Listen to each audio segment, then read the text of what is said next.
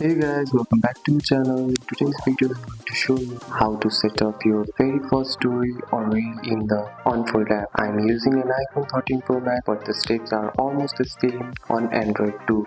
Let's get started. First, unlock your iPhone and open the Unfold app. On the home screen, tap the plus button, tap the story for Instagram stories, or tap reels for Instagram reels or short videos. For this example, let's choose the story. Next, you will see many beautiful templates. Scroll through and tap on the templates you like. You can also change it later, so don't worry. Tap the app media. Now choose the photo or video from your gallery. Tap on the media you want, then tap next or add. Your photo or video will now appear inside the template. To add text, tap on the text icon, tap your message and adjust the font size and color. You can also remove it by dragging them, resizing by pinching the screen, change the background or layout using the edit tools. You can also take your time and make it look the way you want. Once you are happy, tap the download or share icon at the top. Choose photo,